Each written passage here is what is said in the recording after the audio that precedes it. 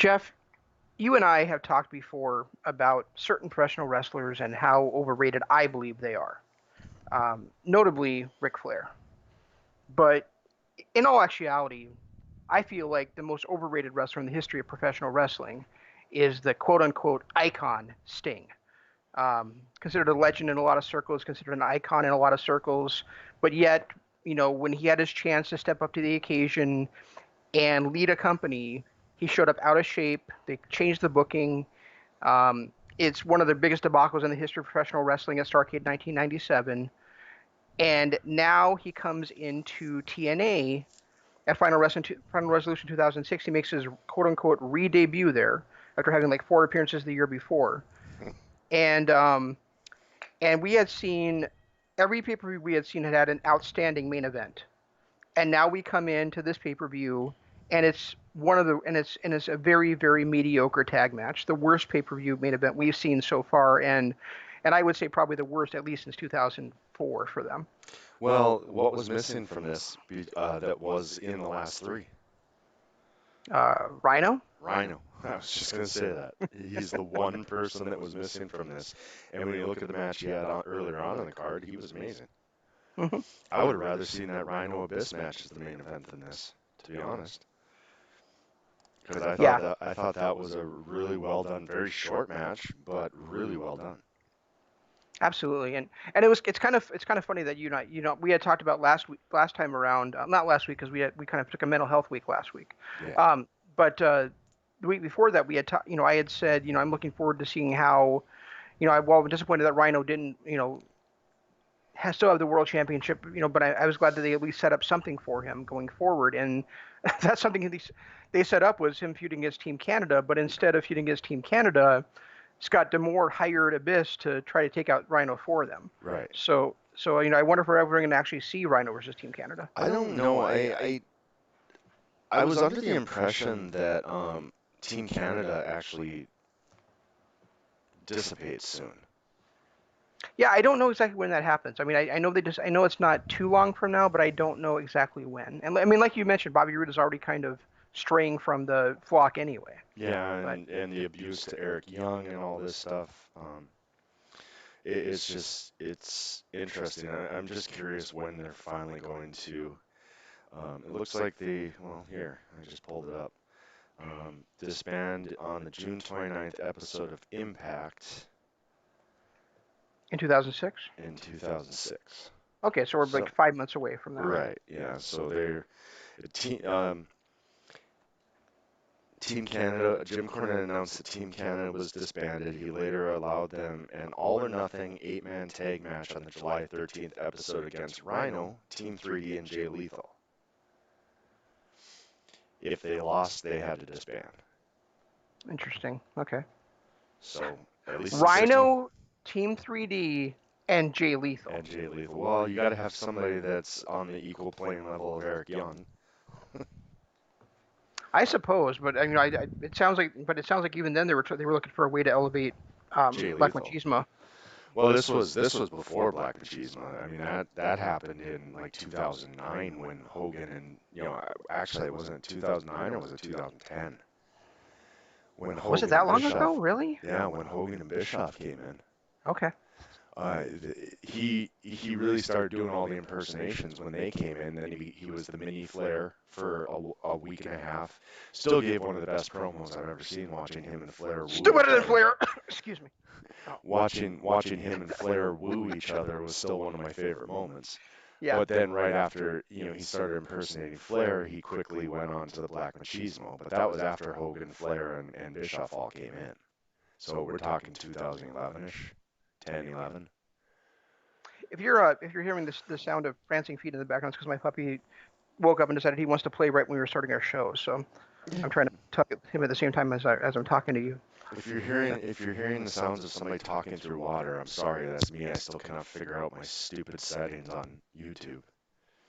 Yeah, Jeff likes to pretend he's Aquaman. So. Just the Jason Momoa one. It's just me flexing over here. Well, the other good part about being the Jason Momoa one is you also had some sex scenes with Khaleesi during that first year of Game of Thrones. Yeah, that's a good point. That's a very good point. One thing that I do need to say is, we've been talking back in January, February, March. We kind of did our way too early wrestlers of the year, and Osprey was there. Now we're 3 months. We haven't seen, well, I guess not even 2 months since we've really seen Osprey wrestle, but we've been watching a lot of other wrestling.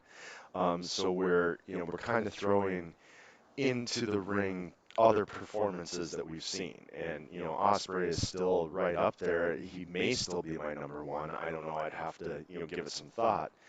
Roddy Strong, Eddie Edwards are in that mix.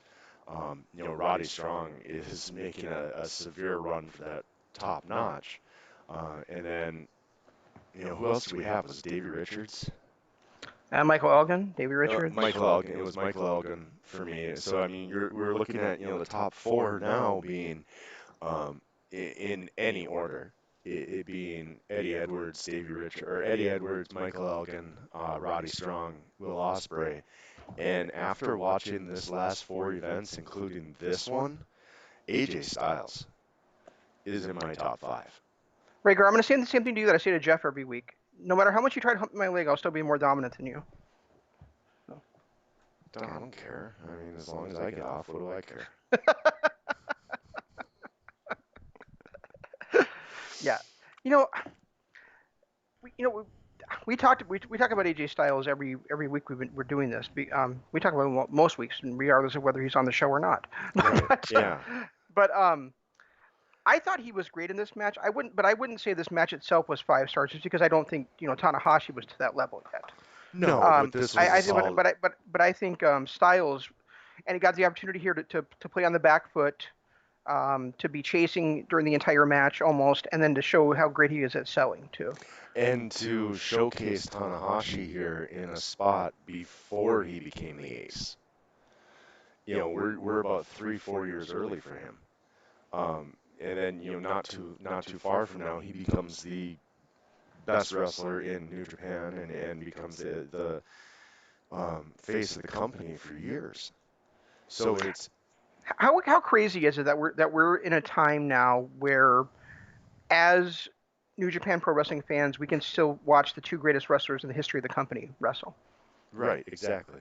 You could say Inoki if you want to, and I wouldn't crucify you for throwing Inoki or Chono in there, but I mean, really, when you look at business wise and what they've done for the company and what they've done without politics for the company, I think it's Tanahashi and Okada. Yeah, I agree 100%.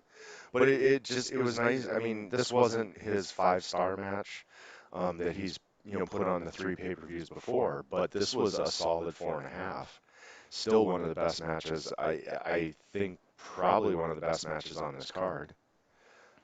Samoa Joe versus CD gave it a run, but AJ every single time I see him on especially back here in 2005 and 6, is just flat out amazing. You mentioned CD versus Samoa Joe, so I'm just going to say this. That match had the most ridiculous ending to it. Oh, it was terrible. AJ was not the corner man for Christopher Daniels, and it wasn't even Christopher Daniels' goddamn towel. Right. So it should not have been allowed, for 2 different reasons. The ending, but the referee should have used his discretion to stop the match, in my opinion. But I realize that I do know they're using it to set up another triple threat between the 2 that's coming up, I think, in the next show. But and kind of like have Daniels have some resentment towards AJ and all that kind of bad blood. But I mean, really, it was a ridiculous way to do it. I think. Well, it was back-to-back bad. It was probably endings. Sting's idea. It was back-to-back bad endings. I mean, we had the tag match had one of the worst endings I've ever seen. Yeah. And then they follow it up with this ending where I get it, the drama, the build, they're trying to build towards something else, but there too, it's kind of the same thing when Cody came down and everyone's ragging on him for not letting QT throw in the towel. Well, neither one of them were his corner man. So why are they allowed to throw in the towel? I mean, I guess. It would have made more sense in that case, I think, just because QT is his regular tag partner, Cody's his brother, but AJ and Daniels were fierce rivals at that point. Yeah, who only started really being on the same page because of Samoa Joe being an asshole. Right. So that ending, I was there too. I was like, why is that? I get it. I get the whole throwing the towel, he's saving Christopher Daniels and all this stuff. But at the same time, I was like, what's to stop anybody from coming down in the middle of in the middle of a match and throwing in the towel for one of their rivals? Yeah, that's very true. It's one of those logic things. And that ending of AMW versus Team 3D is one of the most embarrassing things I think I've ever seen. Oh, come on. That was fantastic. I loved that match. Well, come on. I mean, the fact that he couldn't ask anybody around there, the ringside officials, anybody. He couldn't go to the video and see that he actually counted Team 3D. He just all of a sudden goes, "Oh, Chris Harris is there. Well, AMW must have won this, so we're gonna let them continue to be champions." There's no video replay in pro wrestling, Jeff. But I mean, oh yeah, you say that, and then 30 seconds later they show the replay of it. Right, but I mean, there's no like referee call based on instant replay. No, but you could have. I mean, and I don't know what TNA did the next night. I don't know. I don't remember how they handled this situation. But my guess is now you've got them coming out and leaving the titles holding up the titles or keeping AMW as the champions when clearly they were defeated. No, they weren't. The referee counted down the shoulders above Beret. The referee counted down the shoulders, but he didn't see who he did until 10 minutes later after they got hit in the face with a guitar or sticks or whatever. I don't know. It was a silly ending, but I don't think it was as bad as the towel thing. I thought it was terrible. And we saw something similar to this too in WCW, like Super Brawl 2 or something, where it was Anderson and Eaton defending the tag titles against the Steiners, and the referee got salt thrown in his eyes or something, and no, that's what I'm sorry, it was the other way around. Rick Steiner got salt thrown in his eyes, and he ended up doing a belly suplex to the referee instead of to one of the Anderson or Eaton, one of the Dangerous Alliance. So right. I don't know. I guess it was a completely different ending, but I mean, I liked it, so I can understand why you didn't, but I thought it was creative. Like if they had come in, okay, the referee's got salt thrown in his eyes. We see the ref bump. He's down all the time. You get the face gets the cover. He's about to have the referee count, and then someone comes in and flips him over or hits him and covers him with something else, and then the referee counts. That ending makes sense. I'm okay with that. But to actually count the shoulders down, and then when you can see 5 minutes later, go, oh, okay, well, I guess, they've been laying there for 5 minutes, so I might as well just say that it was these guys who won it. Even though 3D's music played after their victory and before the Team Canada came down, there was so many things wrong with it that it was. Jeff, the referee was not a music connoisseur. Okay, he just wasn't. He didn't have ears. He didn't have 30,000 people, well, probably 10,000 people screaming at him that he made the wrong call. I don't know. It was. I think it's more problematic that he counted that he couldn't see, and yet he could see enough to see that somebody's shoulders were down for a 3. Right. Exactly. There's that too. There's just a lot wrong with it. Just a lot wrong with it. The pay-per-view itself wasn't bad. I was really happy to see, not Team Canada versus 3 Live Crew again, so that made me happy. Yeah, but it was weird that there was that kind of that buffer match with the Diamonds in the Rough rather than actually having the New Age Outlaws taking on LAX. LAX, yeah. Yeah, it was kind of an odd spot, and then the Bobby Roode versus Ron Killings feud was kind of odd too. It was almost kind of just thrown together there. The ending with Conan was nice. I didn't realize that Homicide. You tell Jacob to stop barking in the background? Sorry about that. I didn't realize that Apollo was the original member of LAX before Hernandez came in.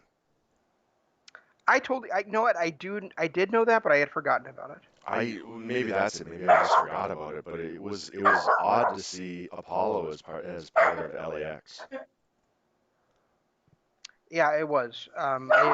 Mostly because I had forgotten about it, and I think they kind of like just play it off that Apollo didn't cut the mustard or something. I can't remember exactly, but uh, wow. Okay. Oh, okay. So, sorry, I'm just kind of.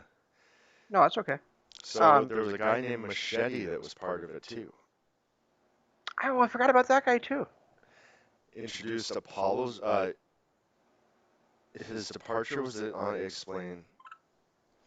Apollo was fired for no showing an event. His departure was explained on screen by Conan, who simply stated that LAX was expanding, then introduced Apollo's replacement, the debuting Machete. Homicide Machete went on to lose to the James Gang, and then on an episode of Impact, Machete lost to Shark Boy. Afterward, Conan inadvertently hit Machete with a slapjack, then tore off the Puerto Rican T-shirt and threw him out of the stable. And the next week, Hernandez was introduced. Okay. Um, Speaking of the James King, I like that name a lot better than I like the Voodoo Kin Mafia. Yeah, And James King, really does kind of play to their. I mean, their last names are both James, in this gimmick, obviously, but also the New Age Outlaws The thing. James King was a famous outlaw gang, and so it kind of plays off their old history of being New Age outlaws. So Right. Yeah, I don't know. and I mean, it was nice seeing them together again. They did a lot of the same stuff. I don't know what Billy's new tagline is. I don't like it. I want it to go back to suck it. Um, Wasn't it Get It Got It Good? yeah. Yeah, He had 3 words for you, not 2 words. He had 3 words. Or get it, but got it, good. and that's So, actually 5 words, by the way. I don't know, it was. I know he did say 3 words, but it's actually five. I was just, yeah, that was like, I heard that and I'm like, I hope that tagline never comes back again. Ever, period. I don't want to hear it. You know what match was surprisingly good on here? Which one? Sean Waltman versus Raven. Well, I mean, it is Raven. Yeah, that's true. And Waltman is a very underrated worker. I guess I thought during this time though he wouldn't have been very good at this. I mean, because we're talking about I don't know 13 years after I first saw him wrestle, and when he kind of like has been like worn down by drugs and sex videotapes with China, and you know Did that happen before this? I thought that happened after this. I I thought think it that, was before that. But I mean, if it wasn't fine, but yeah, I thought this was a really good match. Just Larry Zbyszko sucked in it as he sucked in everything I've ever seen him do. But right, yeah, he should not be an on-screen character. I mean, he was a decent enough wrestler back in the day, but he should not have been a. Well, he was still working pretty solid. He was an actual roster member of TNA from '02 to '06, but he was still doing independent stuff too. okay. But Zbyszko in this match was just, I mean, he was trying to pretend like he was being impartial, but yet he just held Raven on top of the ladder, so he couldn't do anything, so he couldn't suplex Waltman off there too. Right, And then of course he looked up and saw the foot on the ropes, and then he still counted the three, right. which was pretty clear. I don't know. I don't know how they resolve this on the following Saturday if they do, but I thought the match was really good. I just I hated Zbyszko's involvement in it.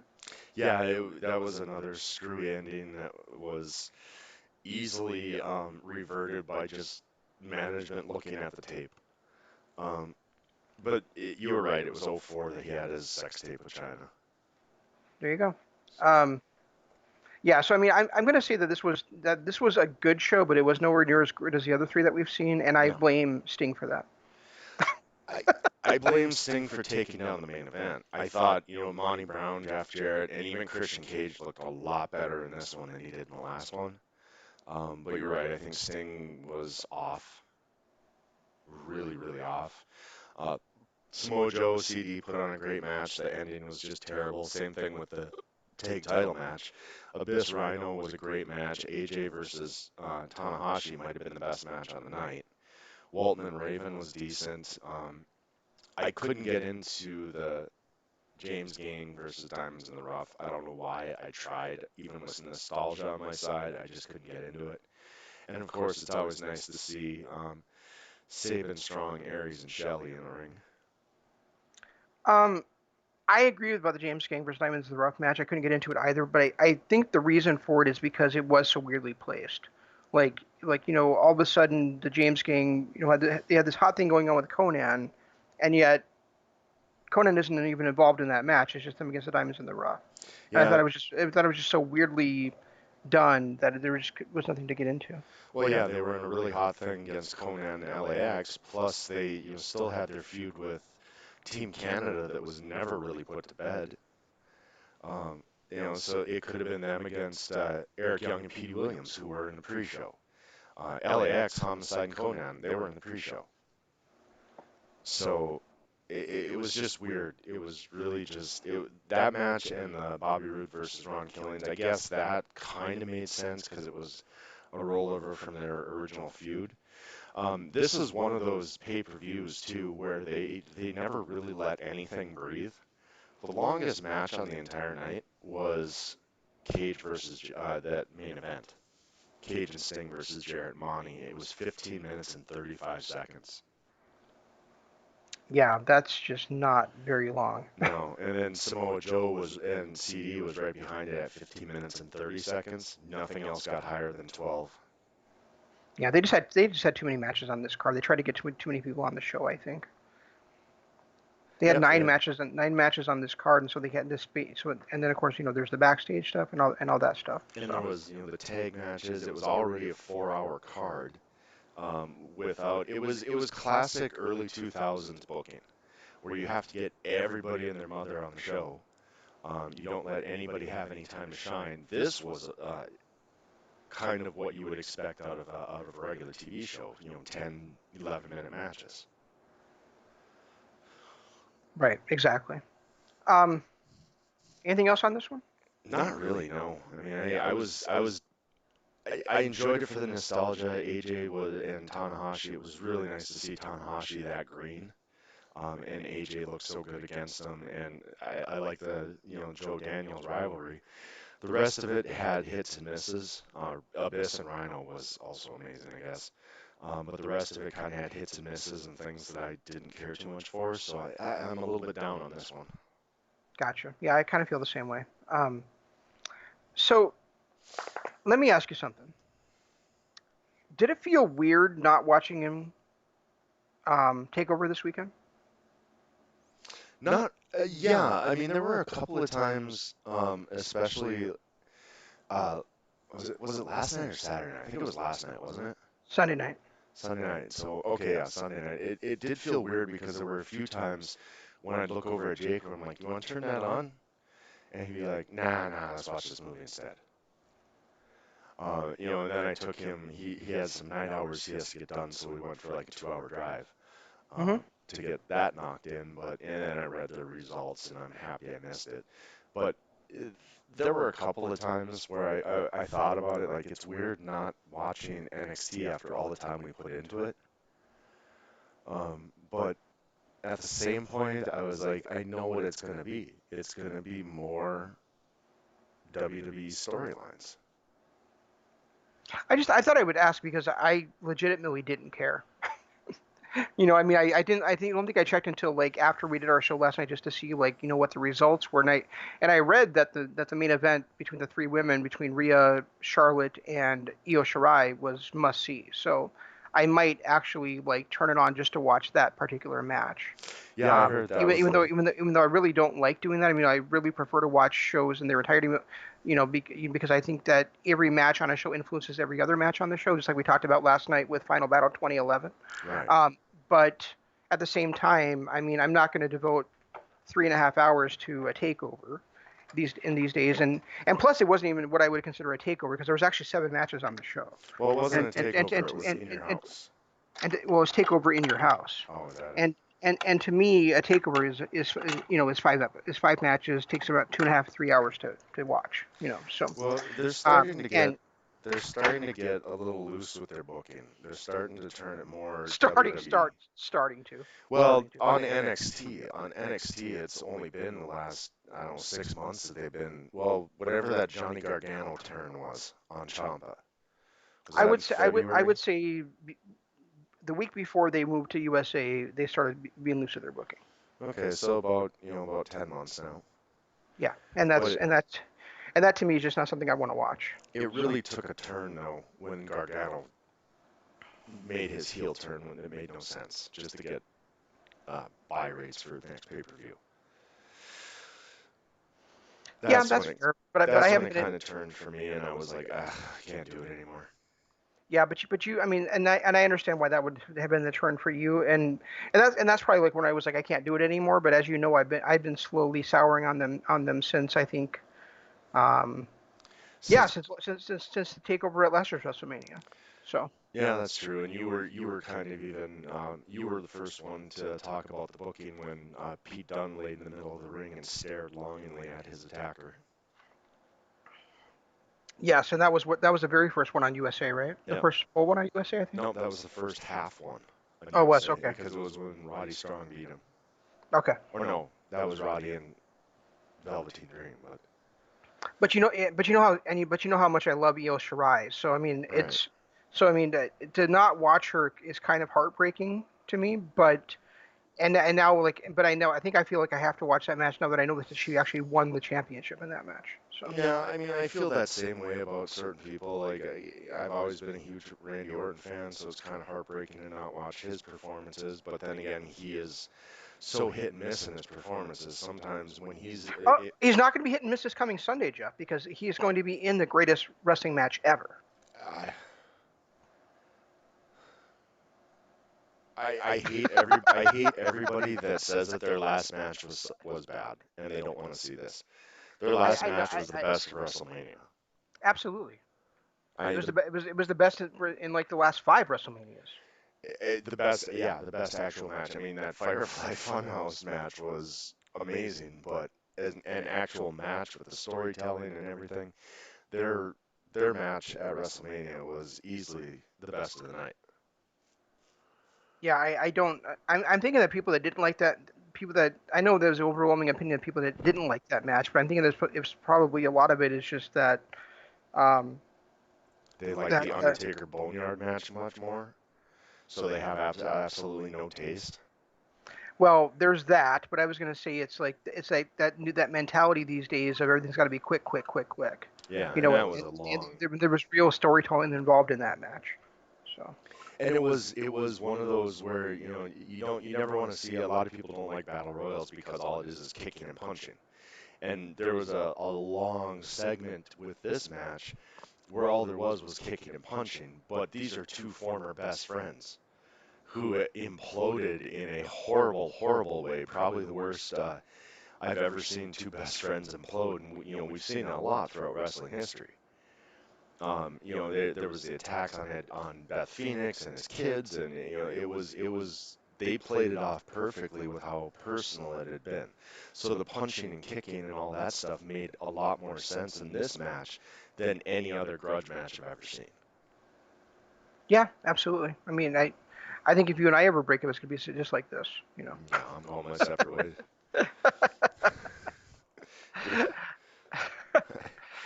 I fall down Yeah, and bleed too easily, so there wouldn't be punching and kicking involved. yeah. No, I just can't imagine. I just can't believe they have the gall to say this is gonna, that they're actually calling it like before it was even. And they actually filmed it yesterday, from what I understand, or over the weekend, from what I understand. But Who was calling it the greatest wrestling match ever? no, that's how they're billing it. That's how they're billing it. The greatest wrestling match ever, What? or the greatest match ever, or something like that. That's how WWE is billing this match. Yes. What is wrong with they set people up for failure Mhm. with stuff like that? God, that's Yeah. annoying. Yeah. I mean, especially since we already know that we both saw the greatest wrestling match ever in 2018 between Vampiro and Crazy Steve. Oh, you had to bring that up. Well, it's funny because I really believe that the greatest wrestling match ever took place in 2018. You Right. don't, but I mean, I delayed it just so I could say Crazy Steve and Vampiro when you knew I was talking about Okada versus Omega. I still have my I have my favorites, my favorite greatest matches of all time type stuff, but I that Okada Omega match was up there. Yeah, I'll definitely agree, but I had my issues with it that kept it down. I know. Yeah, I'm talking about the 2 out of 3 falls match. You know. So. Oh yeah, that one. Okay, I thought you were talking about the other one, the first one, the one that everyone called the greatest match ever. No, I thought they got progressively better in their series, other than their G1 match. Even the G1 match is fantastic. But Yeah, you're right. I mean, that 2 out of 3 falls match was amazing. and Wasn't that and 2019 though? nope, it was 2018. 2019, Oh yeah. uh, Kenny was in AEW the entire year. Okay, you're right. Yeah, 2017 was when they had their first match that everyone called the greatest match ever. Yep. They actually had 3 matches in 2017. They had the Wrestle Kingdom one, they had the Dominion one, then they had the G1 match. And then he won it at was it Dominion Yep. 2018? Okay. Yep. Exactly. Okay. All right, that makes sense. Okay, yeah. And that is one of the greatest cards of all time, also because if you think about that, that also had that 5-star match between the Bucks and Lij, and it had that great Chris Jericho versus Naito match too. Yep. Yeah, that was a good card. Wow. Yeah. Oh, and also it was Will Ospreay versus Hiromu in that card as well. That was their first. That was the first one where he beat Hiromu, right? Where Hiromu beat him, and then Hiromu Got injured. got injured his very first defense. Yeah, that's right. Okay. Yeah. So yeah. So all right. And while we're talking about that, Ryan had asked me, when I had mentioned, and I think you said, we've talked about this before, and you said that yours is one of the DIY versus Revival matches. But to me, the best tag team matches of all time we've seen in the last like 3 years. So to me, because I thought that the Bucks versus Hangman Page and Omega was phenomenal, and then there was the Bucks against the Golden Lovers. And then, right up there with that is the Golden Lovers versus Okada and Ishii. Yeah. So those are to me, and I realize that that might be some recency bias, but to me those are the 3 greatest tag team, straight up tag team matches I've ever seen. So. Yeah, it's hard to disagree with that. I mean, Revival DIY Go outside, Savannah. The Revival DIY had a great one. Revival American Alpha had great ones. We could probably go back in history and look at some of the Heart Foundation stuff, especially their match against Strikeforce. Did they have a great match against Strikeforce? Yeah, when they lost the titles. Okay. I don't think I've ever actually seen that match. That's the one where Santana where Tito got known for his hot tags. Come here, Savannah. Savannah, come here. Sorry. I'm trying to think through the 90s when a great tag match would have been. 1990 SummerSlam, Hearts versus Demolition for the tag titles, 2 out of 3 falls. Yeah. Okay. Yeah, that was a good one. By the mid-90s, WWE kind of gave up on tag wrestling. It didn't come back again until like 90, 98, 99 with Edge and Christian and against the Hardys. And see, here's the thing with those matches. Almost all of the great ones between those teams were either ladder matches or table matches. Yeah, they weren't straight up wrestling tag matches. No, I would say probably in the 2000s, my favorite straight up tag match for the titles is Benoit Jericho against the 2-man Power Trip. Yeah, that was a great match. But the one where Triple H blew out both his quads. Yeah, even that one, and then finish the match. Yeah, that's what he does. Yeah, that's what he and Vince McMahon both do. Well, no, Vince McMahon sits in the corner and just yells and fires people while they're all sitting down.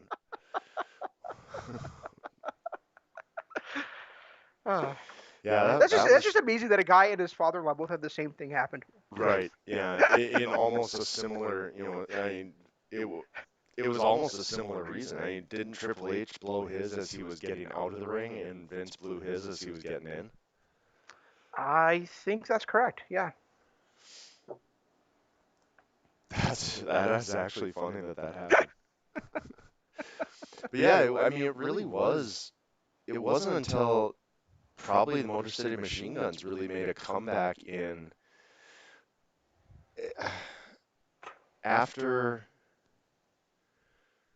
London and Kendrick kind of went their separate ways in what, 04, 05. It wasn't until Motor City Machine Guns in like 2010, 11 that there was tag team wrestling again. So there was a good 5-year stretch there where there wasn't. And even before then, it was spotty at best. Wait, the Motor City Machine Guns were in WWE? Not in WWE, they were in Oh, okay. in I TNA. thought we were talking about WWE era. That's why I was kind of surprised. So okay. I mean, because London and Kendrick were probably about, well, I guess we can't say that because AMW and uh, Triple X were around. Maybe that's what we should do. We were talking about doing a Mount Rushmore. So like, let's go 80s, 90s, 2000s, 2010s. What is your favorite tag match of any kind from each of those eras? God, that's tough.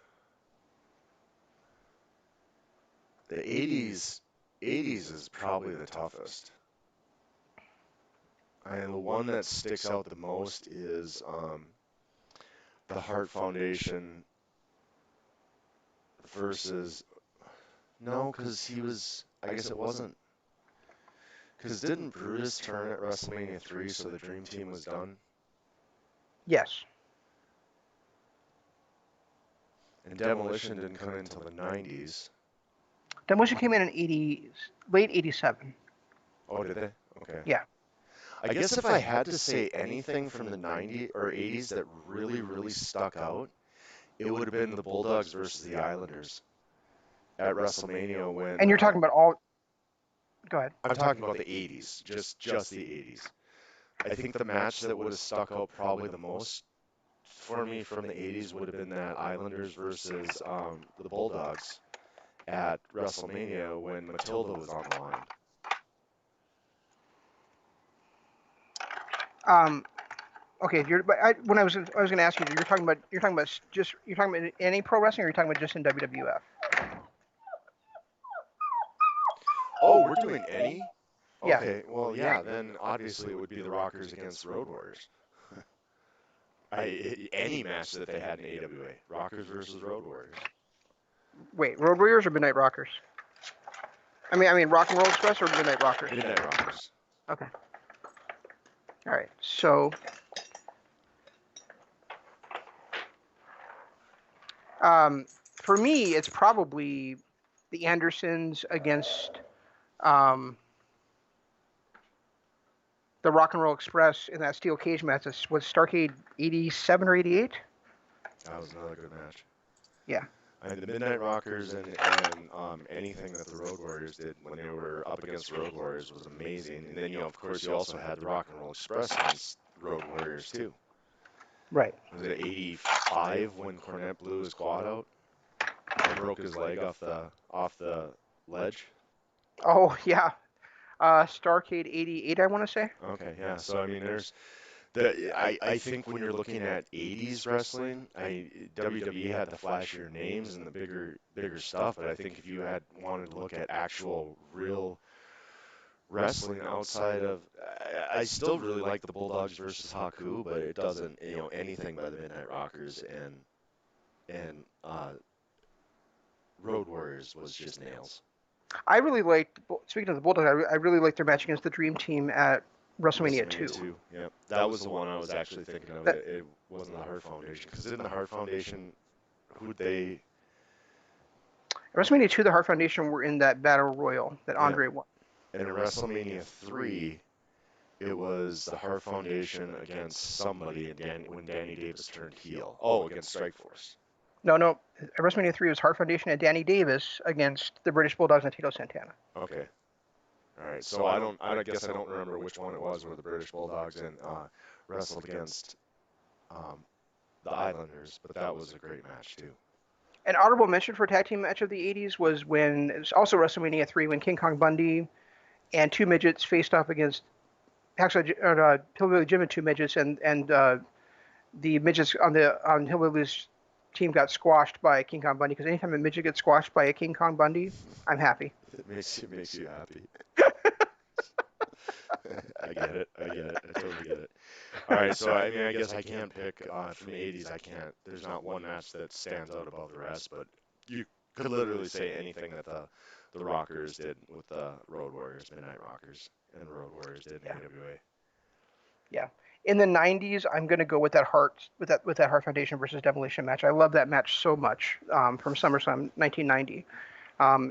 It does it's great commentary by the teams. It's great chicanery by Demolition. Um, it's the Hearts.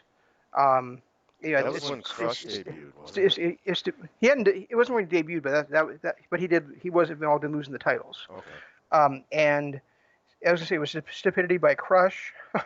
LOD comes down to set up a great feud between the LOD and Demolition later on.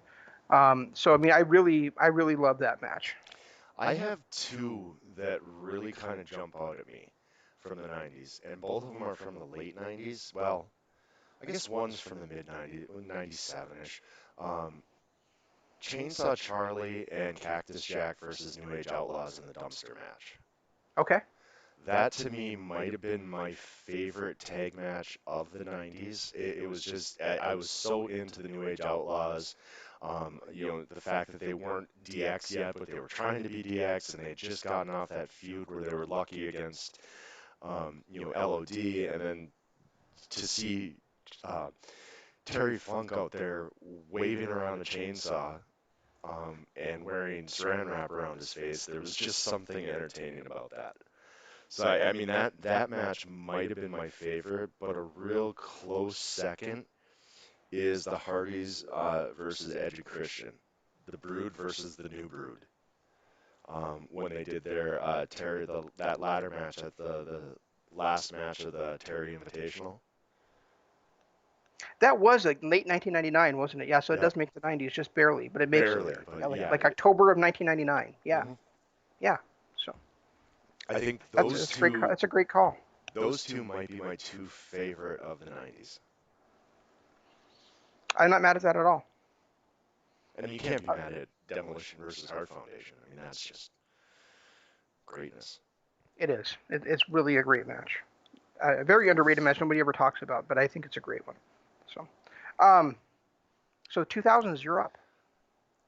There's only one match from 2000s, and I'm curious if you're gonna get it. So I kind of want to let you go first. There literally is only one match from the 2000s. Really? Okay. I'm trying to think. And any other match you think of is wrong.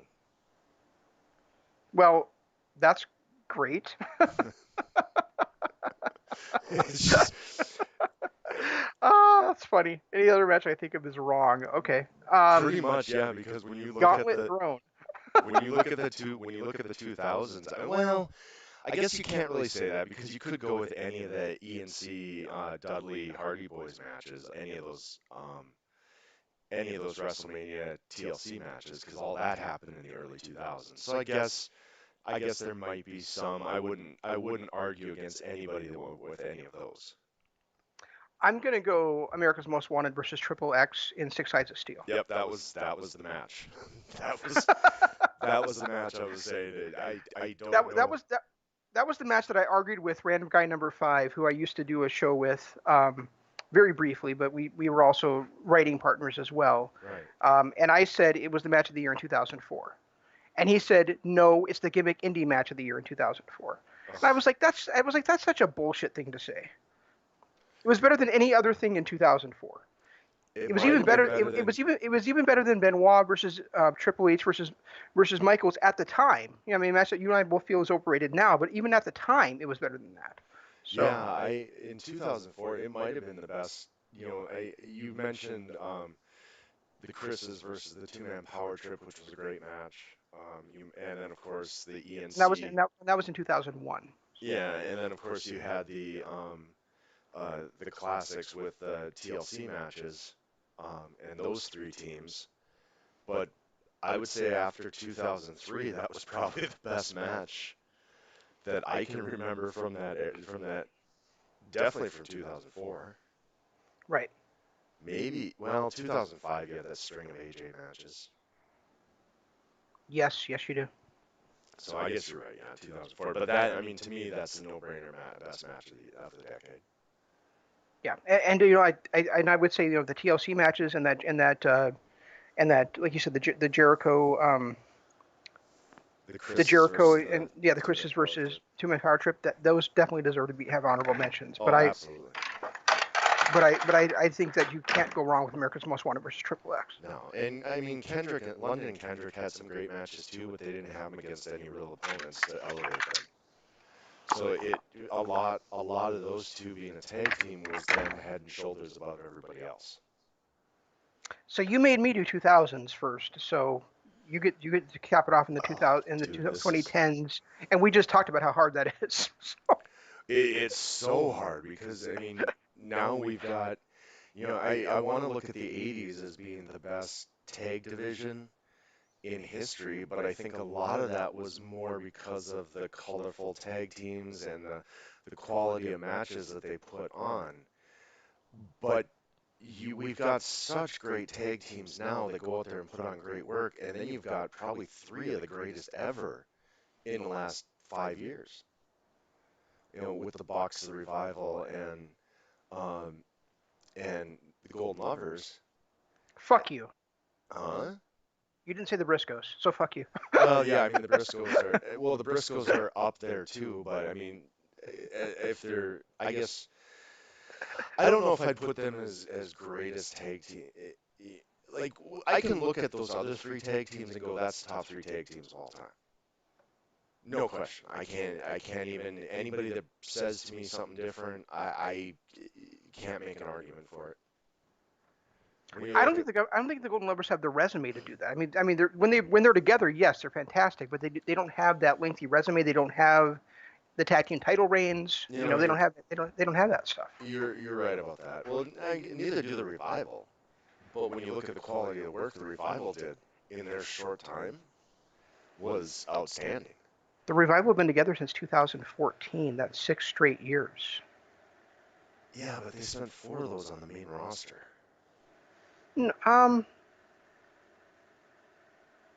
Three-ish.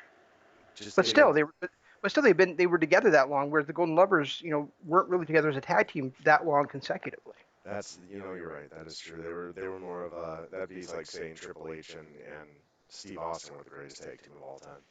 Right, which you would have an argument for, no question, but only like in a very brief. You'd have to look at a very narrow window of it. Right. So yeah, that's kind of how I feel about Kurt Angle. Like people, Kurt Angle, a lot of people, were saying he was the greatest WWF wrestler of all time, and yet he had only wrestled for 6 years for the WWF. I don't say he's the greatest WWF wrestler of all time. I will say he's one of the greatest wrestlers of all time. But I don't think I would put him as the greatest WWF because he spent more time in TNA than he did in WWE. Yes, he did. Absolutely. And he really became the greatest wrestler on the planet while he was with TNA. He was a great wrestler, but not the greatest on the planet. That he got once he was working for TNA. But anyway, 2000s, God, match. 2010s, not 2000s. 2010s match. Well, let me if you really need help, let me list you off some contenders. Well, I don't need help. And I hate to say it, it might be recency bias, but I've got to go with I don't know that I've ever felt the way about a match watching it like I did the Bucks versus Page and Omega. That was this year though. That was 2020. That was 2020. Okay, then. Okay, well then that narrows it down. The last time I felt that great about a match was the Bucks versus the Golden Lovers. Okay, that's fair. And that match is definitely in my top 6. But I'm also going to say the Bucks versus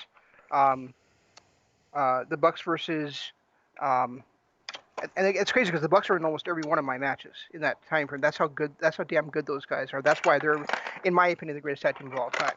Right. But the Bucks against the Golden Lovers are there. The Bucks against the Briscoes from Final Battle 2017 is there. Yeah. The Bucks against the Lucha Brothers from All Out is there. Yeah. And then you have the Golden Lovers versus Okada and Ishii. Versus Okada and Ishii. But I have said repeatedly on our show that, to me, the greatest version of a TLC style match between multiple teams, not just two, between multiple teams, is from Final Battle 2019. Oh, when the Briscoes took on the Young Bucks, took and on SCU. SCU, and that is maybe my favorite all around tag team match of all time. And so that is why I've got to go with that one. And we gotta. It's hard. I mean, those are our top two, but the 2010s, especially the late 2010s, when you had Revival against American Alpha, it was just magic every time those two were together. Then you had the Revival against DIY, which was the same thing. They couldn't do anything wrong. The Usos went out there and put on incredible performances time and time again, no matter who they were in the ring with. But their matches against New Day were flat out astonishing at times. Some of their pay-per-view matches. And then one match that really, really stands out too is from Wrestle Kingdom 10. The Bucks, Red Dragon, uh, Roppongi, Vice, and who was the other team in that? Was it Ricochet and Alex Shelley? It was Ricochet, but I don't think it was Alex Shelley. Okay. But I mean, that was an outstanding match too, and so was the Wrestle Kingdom 13, 12, when we discovered that the Young Bucks actually knew how to knew ring psychology and could tell a story against Roppongi 3K. Yeah. That was an 2012. amazing. I think it was 12. That was an amazing match too. So I mean, and of course the Bucks are 99% of them, so it's hard not to say that they're the greatest. It's also, we also would be remiss in not mentioning um, the incredible match from the first ever Takeover Blackpool when Oh, um, Mustache Mountain and the Grizzly Young Veterans. Grizzly Young Veterans. That was an outstanding tag match. Yeah, it really Um, was. and Mustache Mountain has had two phenomenal matches in 2019, also against Undisputed Era as well. So, Well, and then in 2020 they had that great match against DIY. but they did. But how amazing is it that 4 years ago when we were watching American Alpha take on the Revival, and then soon after that we were watching DIY take on all three, both of them, and then DIY versus the Revival, and then a four-way involving those guys and Authors of Pain. We thought we were living in a time where we would never see better tag team matches than those. Yeah, And and now I've got six that are above it. and then along come the Bucks, who they were doing great work, but it was in 2000 whatever Wrestle Kingdom 12 was, so that would have been 2017. 2018. 2018. 2018. So it was like that Roppongi 3K match, that kind of it almost like it flipped a switch with them, where they went from greatest ever to no question greatest ever. Right. I mean, they had a solid resume before that, and they were starting to really. I mean, they were burning up the Ring of Honor and New Japan and everything for years before that, but there was something in that match where something just flipped with them, and they became no question. I can't even look at another team and say you're better than the Bucks. Absolutely. Yeah, and that's the thing is that you and I were debating in 2016, are the Bucks better or the Revival better? Mm-hmm. And now there's no question. Yeah, and it's no fault of the Revival. They go out there, they do their work. It was the fact that the Bucks just flipped a switch. they flipped a switch they flipped a switch and the Revival had a switch flipped on them. Yeah, but I mean the Bucks they flipped a switch and they just went into an ungodly gear that nobody's ever heard of, and it's just every time they're out there they're putting on great matches no matter who they're against. That's absolutely fact. So there you have it. So my Mount Rushmore going by year is again the Andersons versus the Rock and Rolls from Starrcade '87, I think it is. The Hart Foundation versus Demolition, 2 out of 3 falls for SummerSlam 1990. The Six Sides of Steel match between America's Most Wanted and Triple X. I don't remember the exact event it was at, but it was in 2004 for TNA. And then Final Battle 2019 when the Bucks took on the Briscoes, took on SCU in the greatest version of a TLC match of all time. Yeah, and I mine are I can't, honest God, can't pick a match between the Rockers or Midnight Rockers and Road Warriors. So you pick a match. It was the greatest match of the 80s. In 90s for me was New Age Outlaws versus Chainsaw Charlie and Cactus Jack. 2000s, of course, that Six Sides of Steel Triple X versus AMW, and then um, the Bucks versus Golden Lovers. Yeah, absolutely an outstanding match. If you guys have not seen any of those Bucks matches or Gold Lovers matches that we've talked about over the last um, 6 years, and another one I think I mentioned was 2018, the Bucks versus the Briscoes, where the Bucks do machine gun super kicks to finish off the Briscoes, and just one of the most amazing 2 minutes you'll ever see. What was that? Watch. Try to find those matches and watch them because they're absolutely outstanding tag matches. Another match that kind of flew under the radar, mainly because it was probably a trios match, so we didn't really talk about it. But the Bucks and Kenny Omega in Ring of Honor against was it who were they against? It wasn't the Kingdom, was it? No, it was Kushida. Trying to think who else. I think it was Kushida, Ishii, and one other person. But I can't remember who it was. But I mean, that was another one that was just flat out amazing. Yeah. From bell to bell. Was that Final Battle or was that? No, that was it the anniversary show in 2017? I want to say.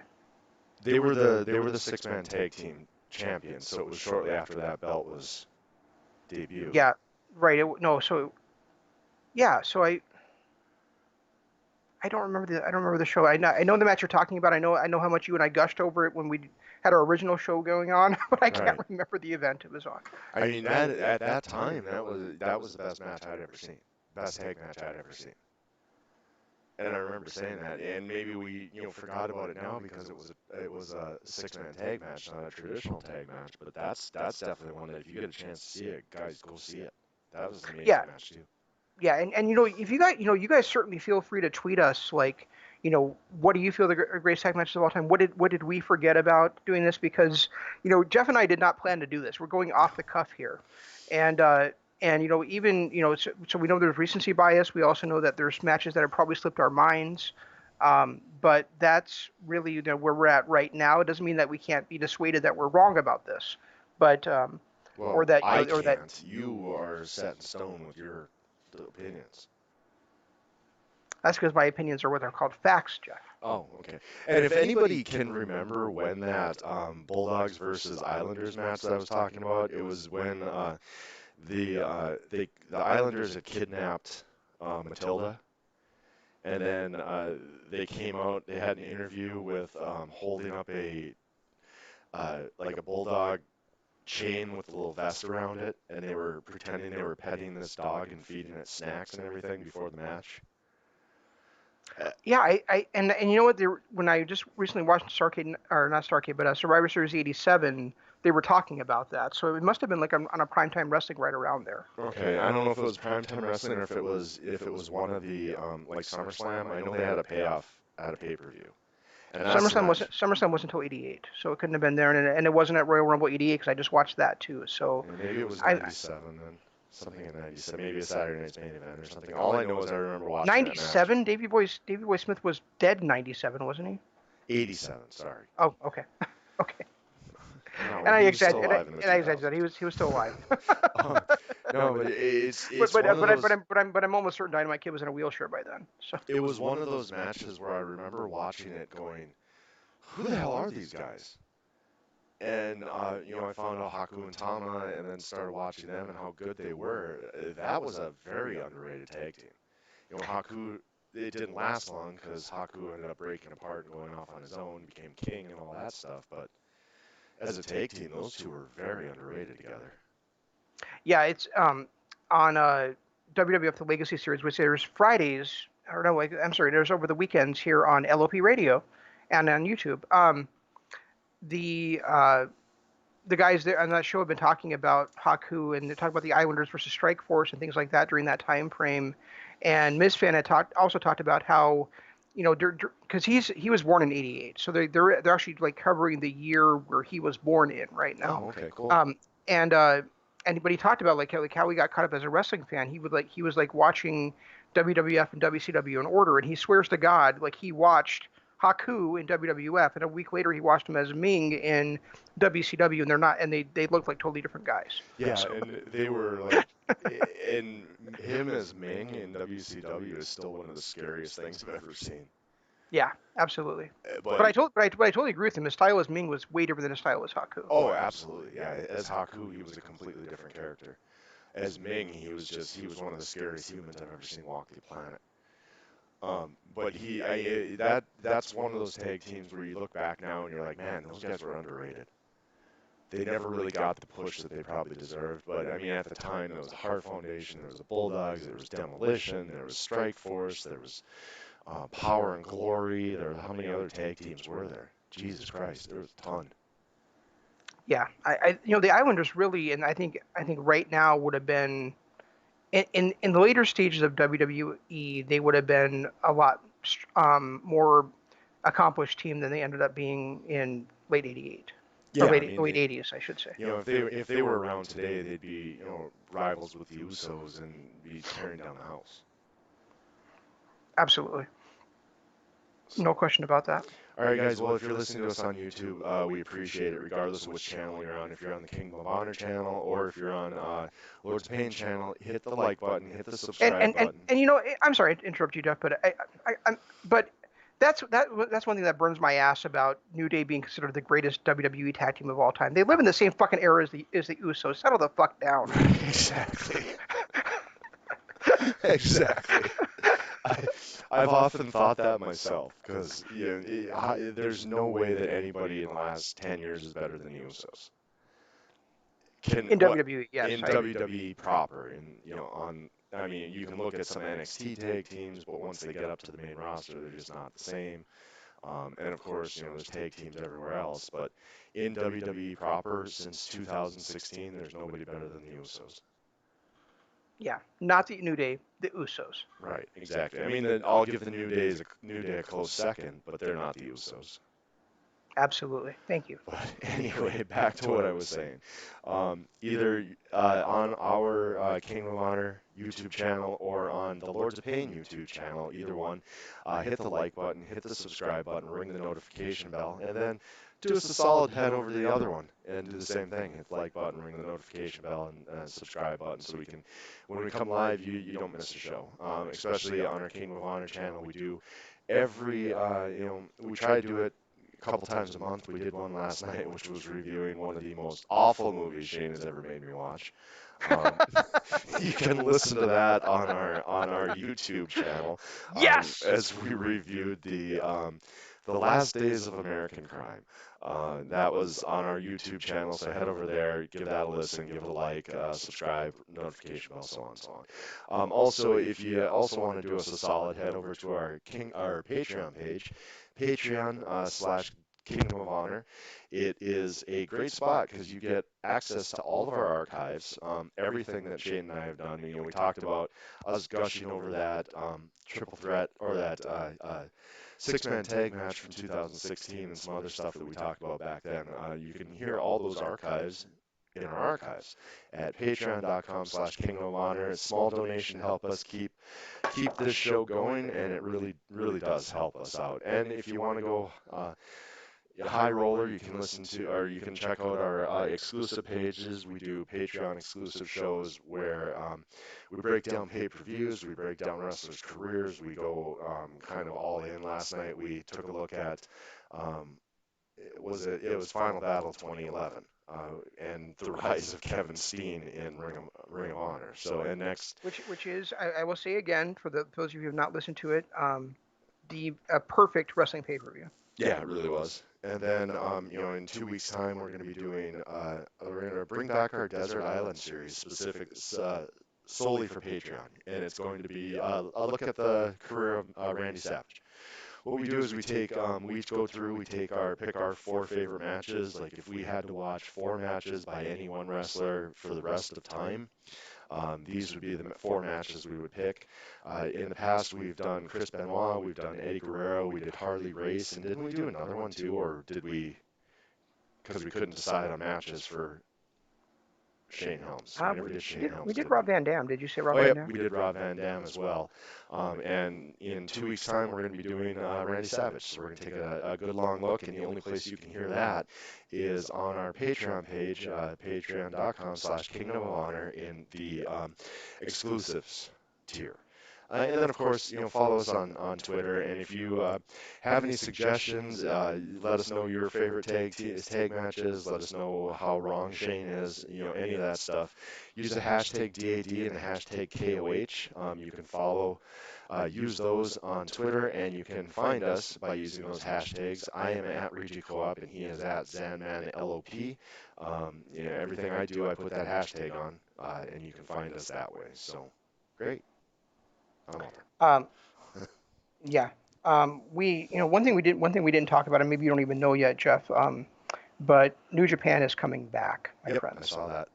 June 15th, so a week from yesterday, New Japan is back, and then the next day, a week from today, the New Japan Cup starts, and then on July 12th, so only about a month after it was originally scheduled, we've got my favorite NJPW event most years, Dominion, from Osaka Joe Hall. So we're gonna be back to covering some real NJPW stuff very shortly. Well, what are we gonna do next week? Actually, I got an idea. Since I What's kind that? of soured on TNA, how about we go back and pick a pay-per-view from '02 Ring of Honor? Well, do you want to watch the Era of Honor Begins? Have you ever seen that? Go ahead. I haven't seen anything from before 2006 in Ring of Honor. So, Okay. yeah, let's give that a go. That's their. I mean, obviously by the title, but just so in case those who don't know, it's the very first show Ring of Honor ever did. Yep. So let's take a look at that for next week, and maybe if and maybe do some more Mount Rushmore stuff. I mean, we can always think of a category and just throw some greatest ever. Yeah, we got like 45 minutes out of it tonight. So yeah, exactly. Yeah. So and tomorrow night we'll be back with you with Dynamite After Dark. Right after Dynamite goes off the air on TNT. On Thursday is MCLP Radio Adventure, which our show will be talking about the wonderful takeover that happened this past Sunday. And then I guess this coming weekend is WWF The Legacy Series, and I believe, if I'm not mistaken, they're now up to WrestleMania 4. So. And guys, my oldest son is up here for a week. He hasn't been up here for a while. And he was a WWF fan through and through who really got his heart ripped out by how bad they've been. Kind of swore off wrestling. So I've been kind of slowly getting him back into it over the last week, and tomorrow is going to be his first taste of AEW Dynamite. So let's hope that AEW puts on a stellar show, and I might have some decent instant reactions while we're watching or on tomorrow night's show. So we didn't talk about that last night. Did he watch Final Battle with you?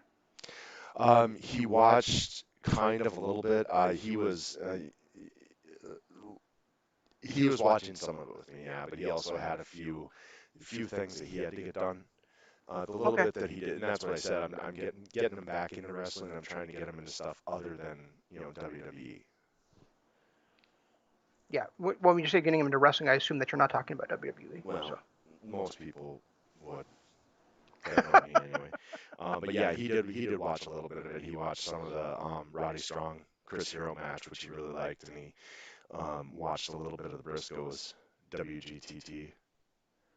Yeah. No truth to the rumor that Roddy Strong had to have his head sewn back on after that match.